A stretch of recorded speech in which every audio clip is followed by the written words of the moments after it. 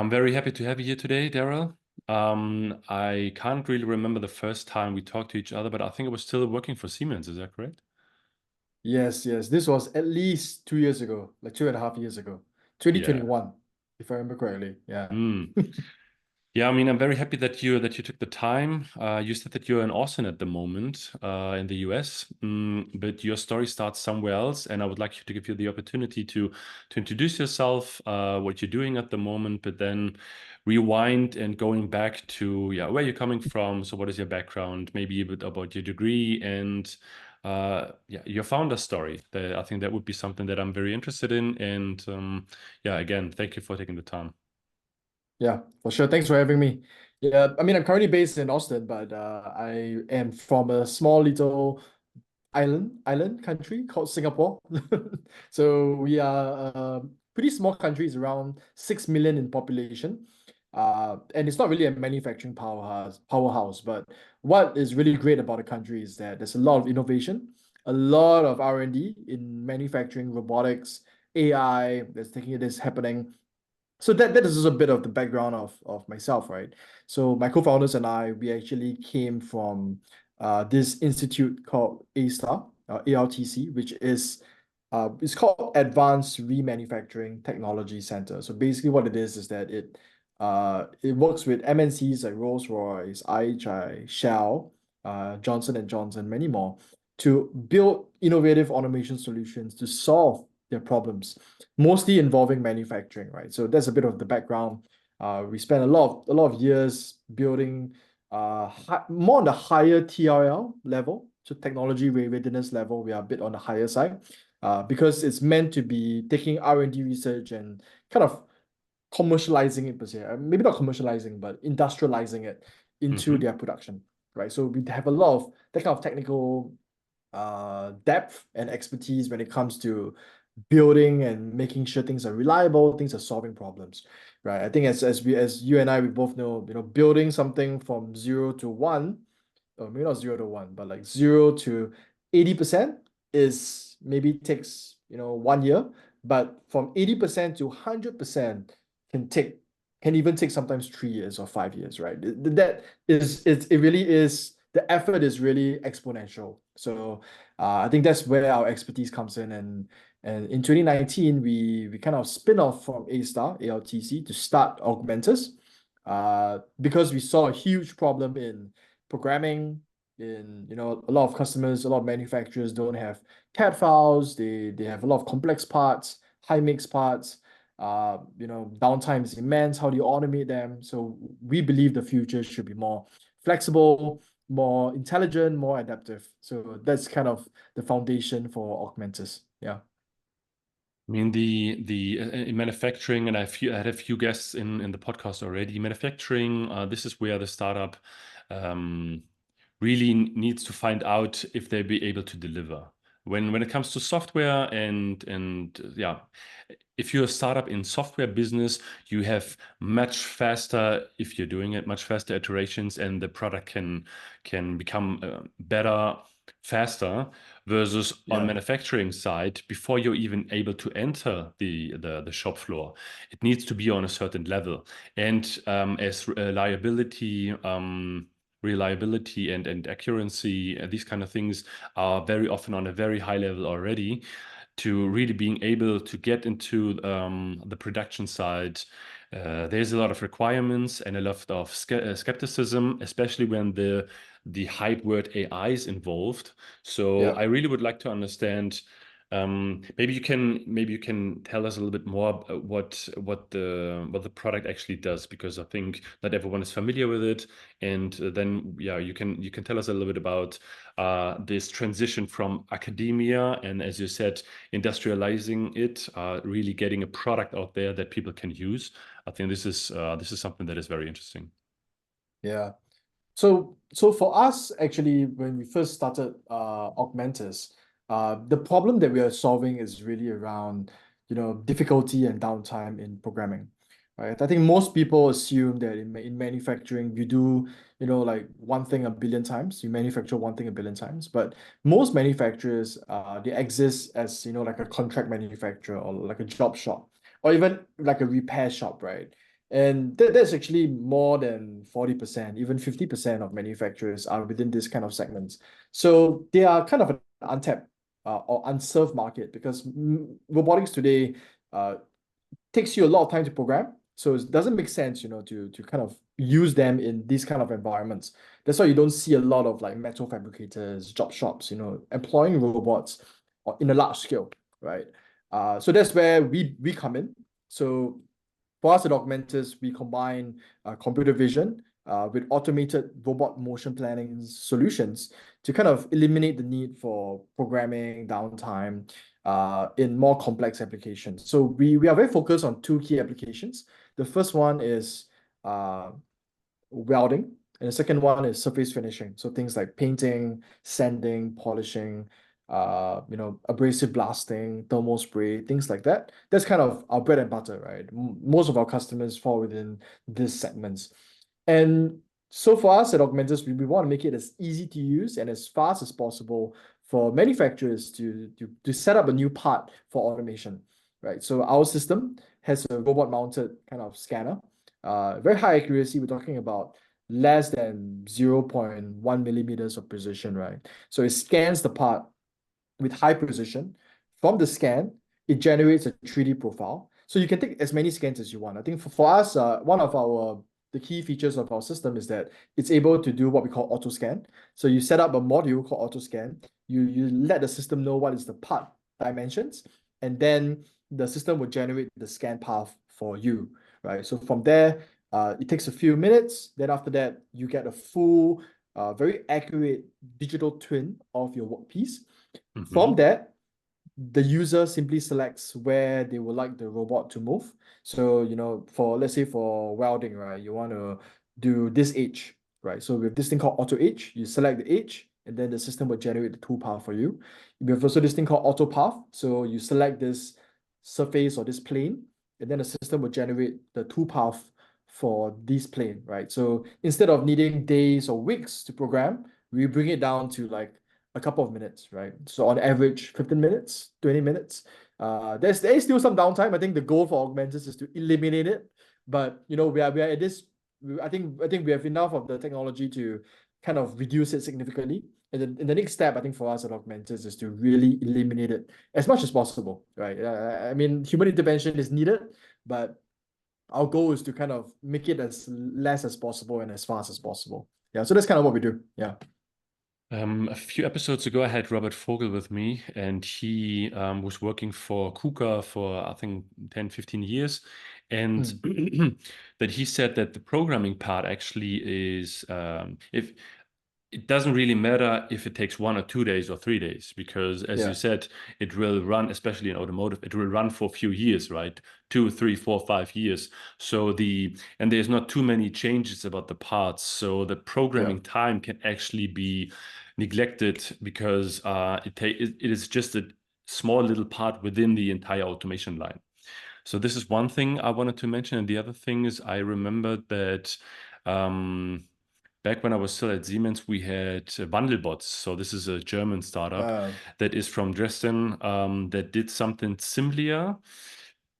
And they had two red light cameras, kind of making a space. And then they had a pen, and at the end of the pen there were some mirrors, and then so you were going down the path, and you were going down the path, and then the cameras were, I think, at least as far as I can remember, yeah. were kind of recording the path, and then with the display you can correct the recorded way to make it really accurate. And here I would like to understand, because you said the scanning part, which is difficult enough, right, to get a real good digital twin of an existing part where you don't have CAD files. It's very hard in general, right? Because there's always some variations in it. And Yeah. yeah, I would like to understand first, what kind of platforms are you supporting, and can you tell us a little bit more about how the technique works, how the Yeah. technology So for works? so for us, I think one thing that we did well in is that we kind of made our system very robot agnostic. So Right now, we have very close partnerships with like ABB, and we also support big names like Kuka, Nachi, Yashikawa, Kawasaki, Mitsubishi. We're always expanding our library, but I think these brands alone, help us support quite a fair bit of the market already. With regards to solutions for programming, I think there's a lot of ways to do programming. I think for us at Augmentus, we will never say that we're the best way for every single application. The truth is that I think like what you mentioned, right? Programming is just one aspect of automation. There's so much. There's integration, there's process creation, process optimization, right? There's a lot of this. And I would say that process optimization is where most of the human intervention should be, not on the programming, right? So I think for us at Augmentus, our thesis is that, you know, the operator in the manufacturing plant should be more focused on process optimization rather than programming, right? So how do you get the best welding output for this part? How do you reduce cycle time? All these things. For us at Augmentus, our approach to robot programming is a bit different from other solutions.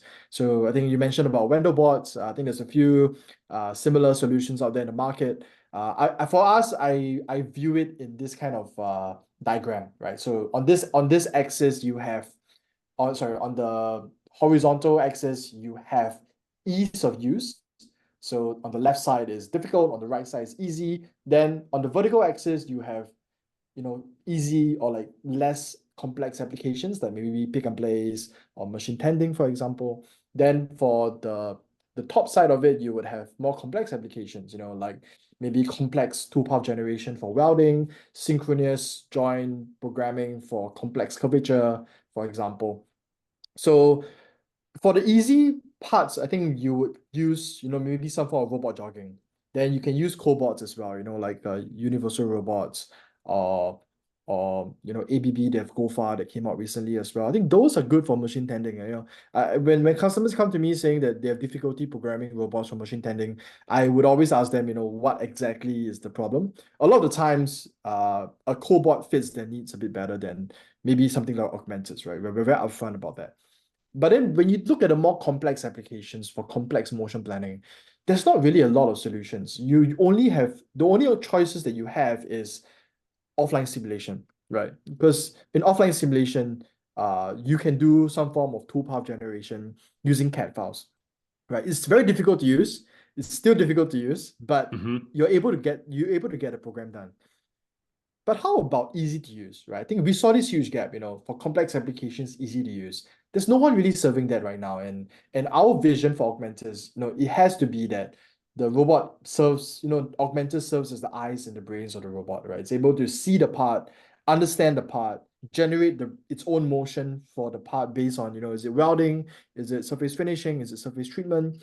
Or is it dispensation? What have you, right? And then from there, it moves and adapts based on the parts, right? So there's a few key benefits of a system like Augmentus. The first one is that you do not need CAD files, as what you mentioned. You can just scan it.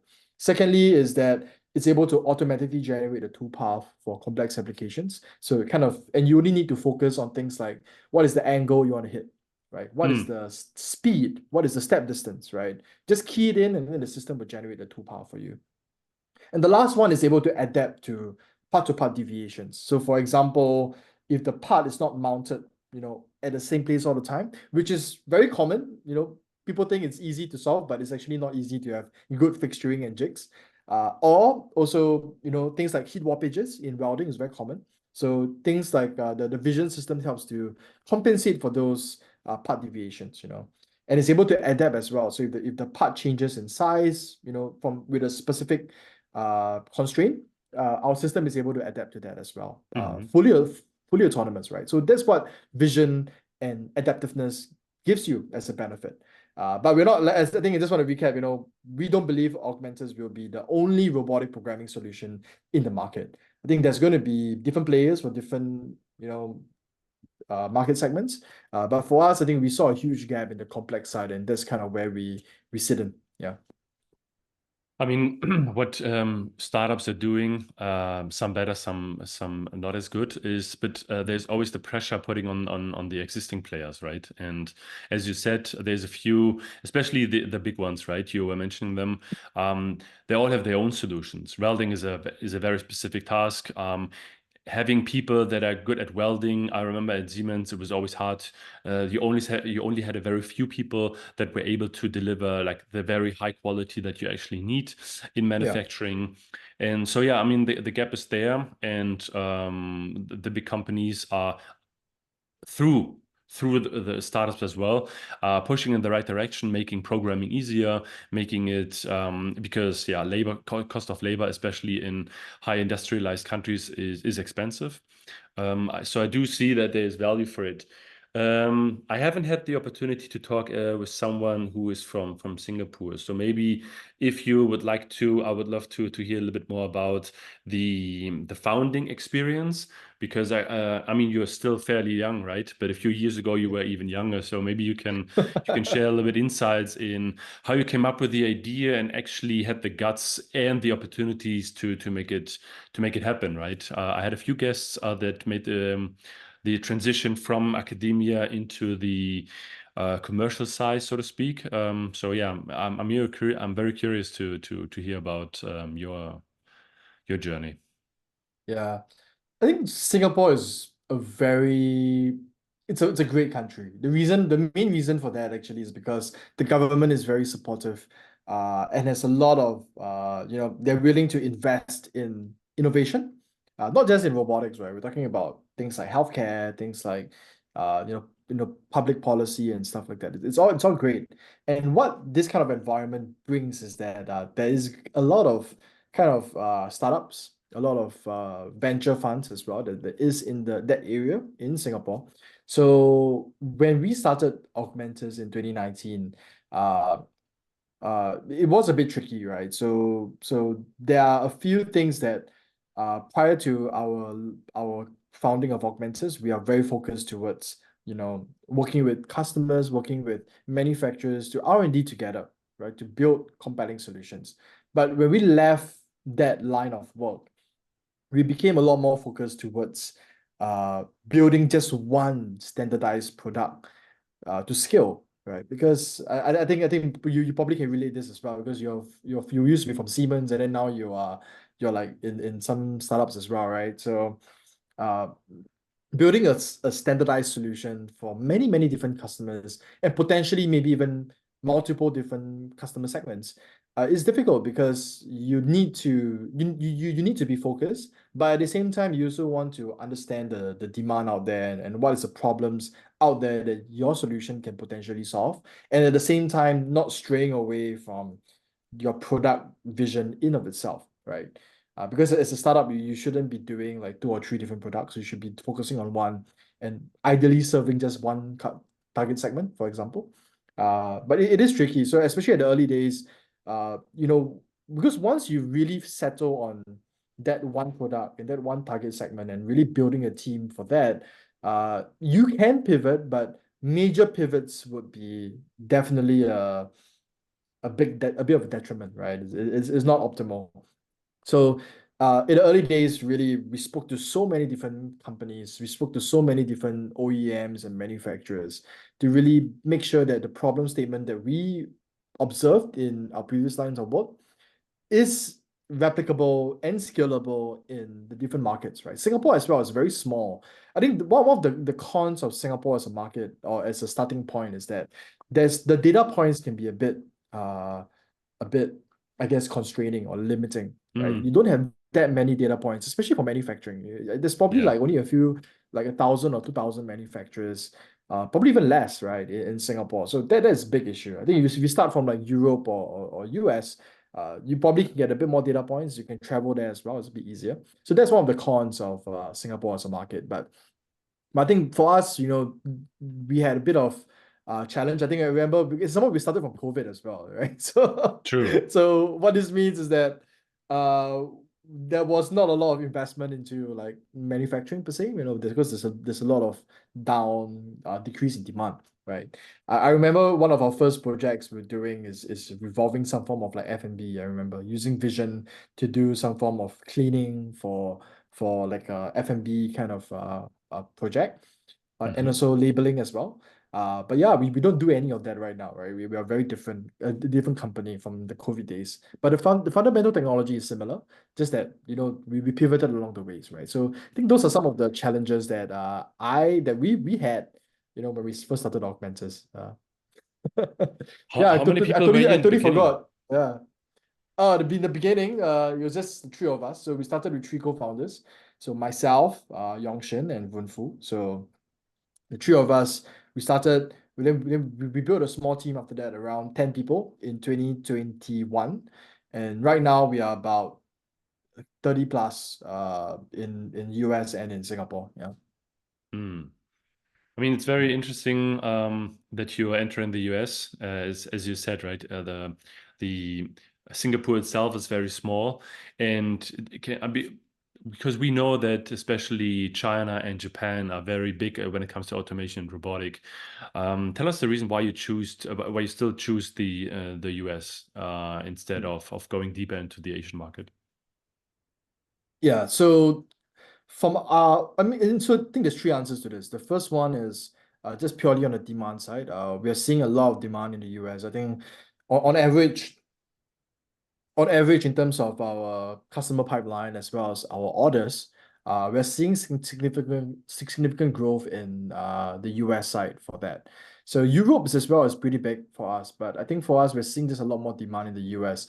There's a few reasons for that. I think the first one is just a bit more of a homogeneous nation. It is fragmented in certain sense of states, right? But as a region, it's a lot more homogeneous than potentially even like Europe or definitely Asia. Asia is by Hmm. no means homogeneous, right? So that demand side as well as the homogeneity of that area is very compelling for a solution like Augmentus. Uh, Secondly, politics, right? There's a lot of reshoring happening in the US, and if you look at some statistics online, there's a lot of shortage of welders, painters, sanders, polishers, right, in that region. So what it means is that there is the huge demand to automate, but the barriers to automation is there, as I mentioned earlier, difficulty and downtime. So, with Augmentus, we eliminate that, and then we see a lot of potential there as well. Uh, Thirdly, it's really revolving around uh, the foundations of Augmentus being situated in Singapore. So the truth is that, because we're based in Singapore, people think that why don't you just start with Asia? The reality is that Asia as a market, it's firstly very fragmented, right? It's a great market for certain things because the fragmentation itself is a problem that if your startup solves, it'd be great. For us, we don't really dabble into that too much, right? But then secondly, also is regarding the maturity of automation in the market. So you're seeing robotics being deployed for in Vietnam, in Indonesia, and even in Philippines, right? You're seeing a lot more demand on automation for that. But in terms of maturity, I would argue that it's a bit lower on the scale because the customers that we work with are not customers that are asking the question of whether they should buy a robot, but it's more about how should they implement a robot, right? So if you can see the line of questioning is a bit different. So we are more focused towards the second one, right? The maturity is a bit different. Automation is a necessity, not a want. It's a need, not a want, right? So I think that's kind of where we come in at Augmentus and the kind of targets that we're focusing on. Japan and China are great markets as well. I think we have some customers in Japan and Korea. China not yet. But I think in the future we may expand to those markets. But right now, I think we're very focused towards our North American kind of strategies. Yeah. Hmm. Interesting, your insights. Thanks for sharing. I mean, the question remains, how did you not necessarily came up because I guess it was just part of your studies, you and your co-founders, but the question remains, and I'm always asking these kind of questions because I would like to inspire people, and showing this is someone who did it this way. Maybe this Yeah. could be something for you. So how did you guys came up? Was it coming naturally? Was there a specific event that happened, or was there a specific person that Uh, said, guys, I think you have something here. Maybe we should talk about it. Maybe we should get some other people into this conversation and go the next steps. This is something I'm always very interested in. Maybe you can say a little Yeah. bit about this. Yeah, that's a great question actually. So the diving a bit deeper into the founding, right? So my co-founders and I we actually weren't colleagues, in our previous line of work. So we met at this event called Startup Weekend, if you're Mm, familiar. So Startup Weekend is organized by Techstars, right? And then they have so many like startathons or like hackathons for startups all around the world. So in Singapore, every year there is this event. I remember we had it in middle of 2019.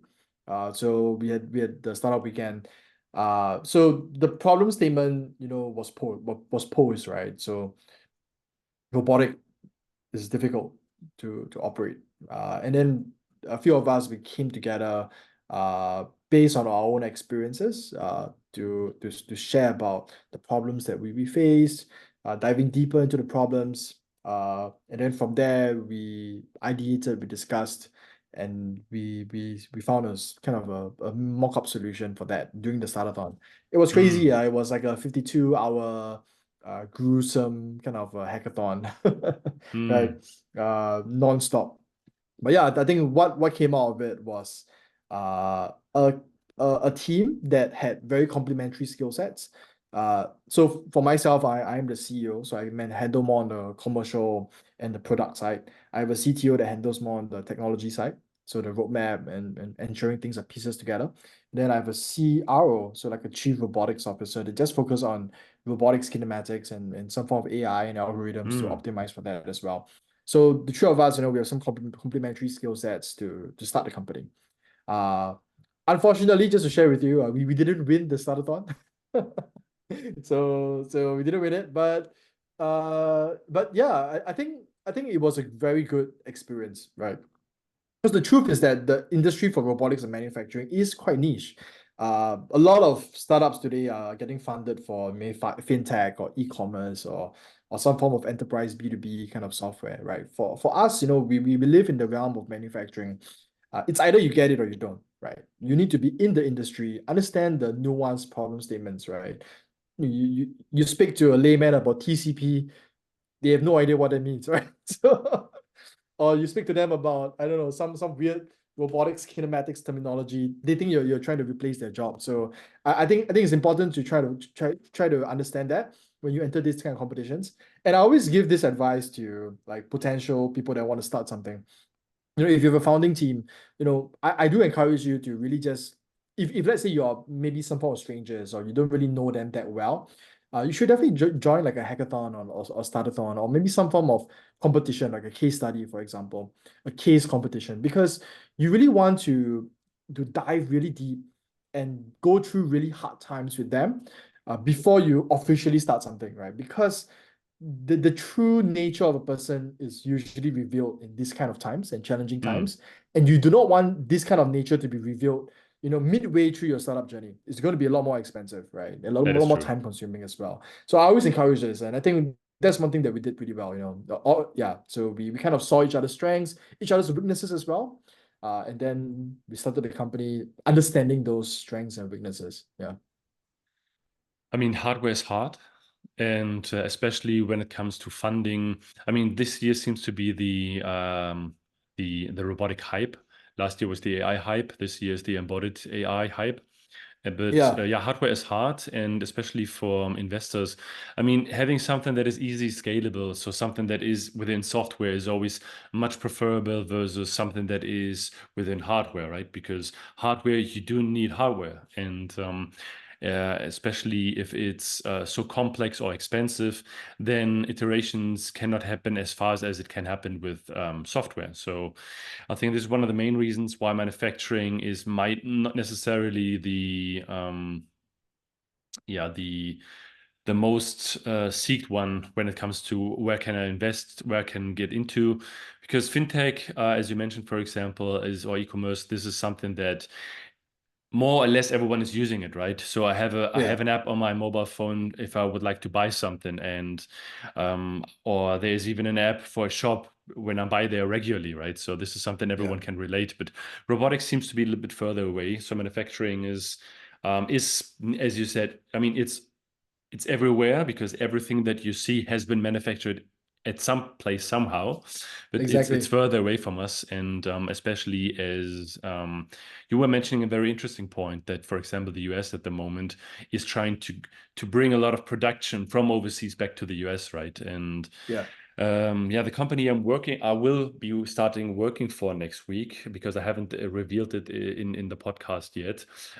They just made the decision to bring their production back from China to Germany. So this was something because they said COVID showed us that when supply chains are being cut off, right, or as you were mentioning, political things that are happening in the world, right? It's easier if everything is near you. Yeah. I'm very keen to see how this one works out, but yeah, I mean, manufacturing is hard, and especially for startups. I had a founder and CEO from France who is in vision, AI vision. And manufacturing as well. He said that the first few years was very, very hard to even have a conversation about these kind of things. So people Mm. in manufacturing, they're looking always for reducing time, reducing cycle time, enhancing quality or increasing in quality.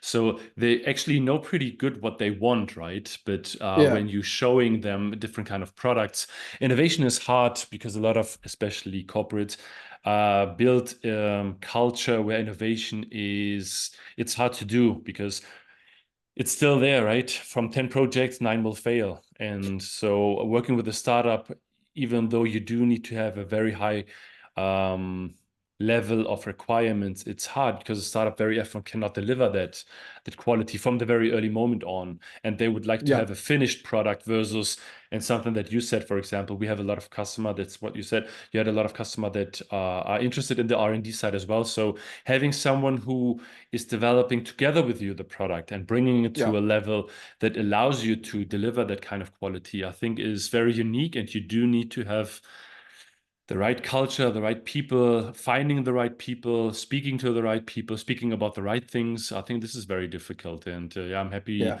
to see that for you guys, it finally worked out because you guys raised money, right? I remember. Yeah, we did like a 6 mil round. But yeah, I wanted to check to chime in a bit. I mean, I do agree because in the space that we are in, right, manufacturing, the decision makers they are usually intelligent, right? They're very smart. They understand what they need, what they want. But sometimes, they see the buzzwords like AI, like I don't know, like maybe computer vision or what have you, and they are very turned off by it because they don't like new things, right? They like things that have a significant demonstrable history of working, very repeatable, very reliable through decades of time, right? And when you see things like AI, that are, I think as we both know, some form of AI is non-deterministic and some is deterministic. And in manufacturing, uh, the process itself is mission critical because if your product doesn't fails to deliver, you potentially can really lose a lot of revenue for the customer, right? So they know what they're doing. They are smart, and at the same time they're conservative, right? So as a new innovative, product or company, how do you penetrate it? You know, it has to be built on really solid fundamentals, on a good product, reliable product, and not just selling the fanciful hype, like what ChatGPT for robotics or what have you, right? It's really about getting the fundamentals right, and then from there building it up, right? Not the other way around, which is what Mm. maybe some other companies on enterprise B2B or fintech or e-commerce does, right? They maybe start off a bit on the cool technology and then build it down rather than the opposite, right? So I think that is maybe something that is a bit more challenging or different about our industry. Yeah. You said that in the early stages of Augmentus was very important for you guys to talk to a lot of people, and I think this is something that especially tech startups are missing. um, end users. Where will Yeah. the product be actually be deployed and be used? Because you were mentioning managers, right? So you have a manager that sees something somewhere and says, this is awesome. That could be very good for me. But in the very end, there's an engineer involved. There's someone from the shop floor Yeah. involved. There's a plant manager. There's a shop floor manager involved. There's a factory manager involved. But then there's the operator involved, right? So you do welding, right? So what about people that are doing the welding? Without them, you don't know what to do, right? Because the manager has no Yeah. idea about welding. I mean, every now and then you see someone who started very low and then worked his way up in 35 Yeah. years. So you do see this kind of people in Siemens and BMW, Mercedes. You do see these kind of peoples, right? And they are very well respected because they work their way up and they know both sides, because you were speaking as a CEO from the commercial side, right? Aside. But a lot of these people managers, they don't know how to build things. They don't know Yeah. how it will be deployed and operated, right? And this is something that I think this gap, if you trying to have this kind of conversations, and they are hard because these people Stuff. know exactly what they want. They know exactly inside out the extremas of for example the process. So when you go into a fair or to an exhibition and you put up your demo, the demo works very well in the environment in the lab, but then some people from the shop floor comes in and then, so what if you're doing this, and what if you're doing this, and what happens if you do this, right? And Yeah. because they know this is what's happening in the shop floor. So then you have some people who are working 3 shifts, 7 days. What happens on Saturday, the night shift, if the product breaks, or if anything happens, right? Who how fast can you putting up the system again? These are the questions that are very uncomfortable, and a lot of startups haven't even thought about that. Support, Yeah. how downtime, and these kind of things, right? And so I think you were mentioning that you did these kind of conversations very early on, and I think now it pays off. It's true, it's true. Yeah. And also I think it's just that the gap between the operator and the decision maker in manufacturing is very large. Not just large in terms of, position, but large in terms of expectation and experience, right? And just knowledge, right? So maybe last time when this manager was doing the operation, it was done this way, but over time things change, and then now there's a difference, right? So I think it's very large, and this is something that needs to be very well understood. Because just because you can sell, or like you can, or the manager sees value in your solution, when you go to deploy the solution on site, the operator, is the one using it at the end of the day. So there needs to be that respect and understanding that you need to really make sure both parties are aligned, Served. right? Yeah, I think for us, we can sell a bunch of solutions, but at the end of the day, if there's no success, it doesn't matter. Yeah, so that's what we are seeing sometimes with our customers, is that the decision maker has this perspective, and then the operator has another perspective, and our job is to really make sure that both perspectives align. Yeah, I think that is difficult. That is not easy by any stretch of the imagination. Yeah, yeah, The manufacturing side has a lot of uncertainty within the reality, even though they would like to have almost no uncertainty in when they start yeah, planning, right? This is the reason why there's so many. You're mentioning the digital twin, right? You would like to know everything inside out, but especially for companies that have been in the business for a while, or smaller or medium-sized companies, there is no cut models. yeah, Because they were producing the product for many, many, many years. Sometimes they only have a few products, right? Because this yeah, is their main product, and they just have two or three of them. And now you would like to introduce new technologies, and then you're really finding out that actually my percep my perception of what I was doing is actually wrong, and now I have a startup that is trying to shake up my own views, right? So I have my production line in view, and I think I know the quality. I do think I know the process very well, but then some fresh air comes in, and I think it's a generational clash that is happening as well, because you it's I was speaking with someone yesterday about this. it's hard to do innovation because there's different stakeholders with different needs, right? So if I'm Yeah. a shop floor manager and I would like to introduce you two into my shop floor, and then you coming in and then you showing me that my quality is actually not as high as I thought it would be. So how do I proceed? And what kind of culture has the company?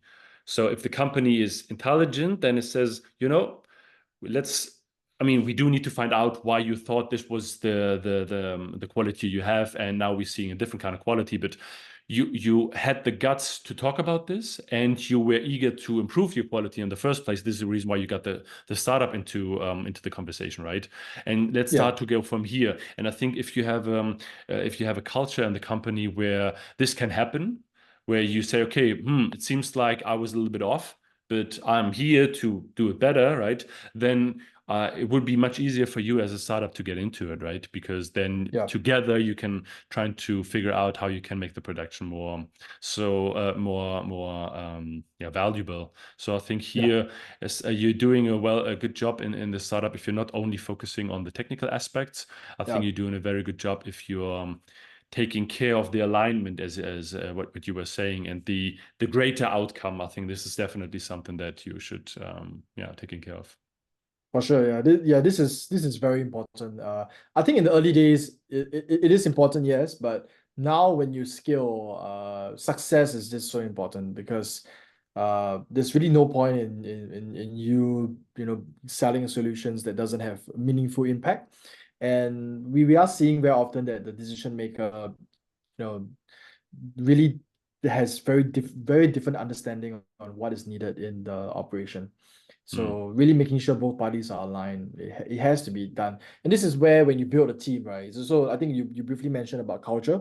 Really, team culture is about that as well. It's about making meaningful impact to the manufacturers out there, not just about making a quick buck, right? So because you can sell a bunch of solutions that has no success, rather than you really being in the customer journey. And what this means is that your incentives for each person in different roles needs to be very aligned. I think this is something very important as well that I do try to inculcate within the team as well. mm. Yeah, I mean, you guys are still very young. You said that you founded in 2019, so it's 5 years yeah, this year.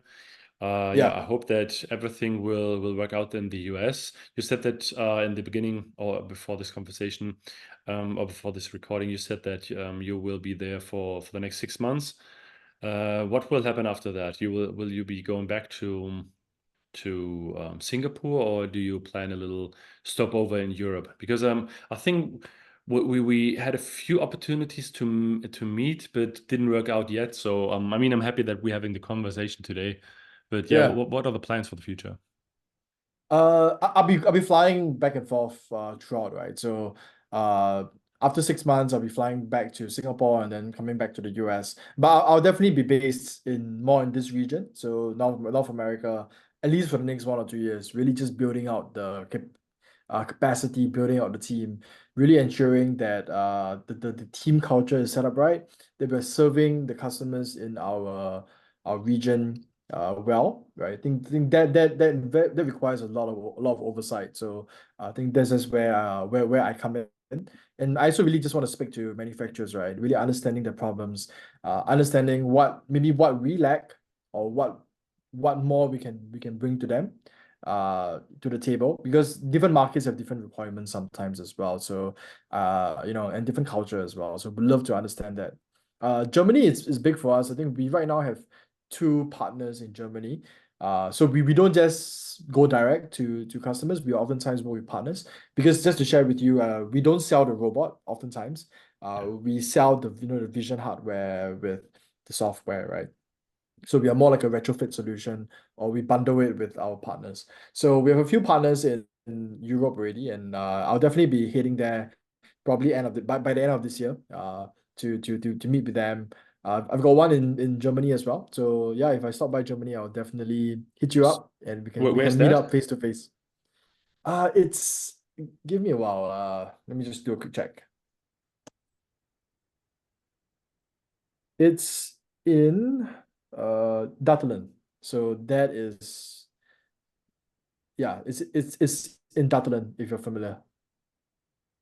Not Are you too familiar? familiar, to be honest. It's pretty near Frankfurt, I remember. It's like a Hmm. 2 hour All right. drive from Frankfurt. Yeah. All right. Yeah. Let's see.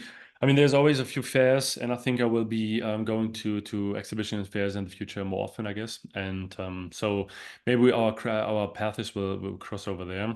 I'm very happy For that you sure. actually took the time after the two of us talking back and forth for a few years now.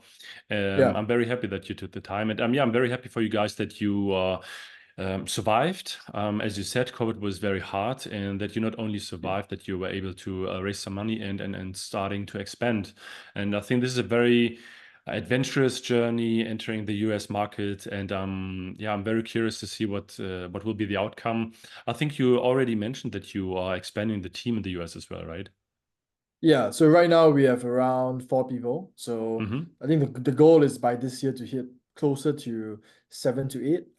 Mm. Because we do have some customers that we need more engineers to come down on as well. So we're hiring quite a bit. So if you know anyone or if any of you out there interested to join, please hit me up on LinkedIn or just on our website as well. Yeah. Yeah, I will definitely put the career site from your website in the post that will be accompanying this episode. I'm saying thank you, Daryl. Thank you for taking the time. What time is it to be precise? It's 11, it's 10:55 a.m. So yeah, it's Hmm. good. Yeah. The Thanks day so is much, about, Ila. Really appreciate it. Yeah, yeah. Say hi to your co-founders from me, and yeah, see you in the future. Take care. for sure. Take care. Bye. Bye bye.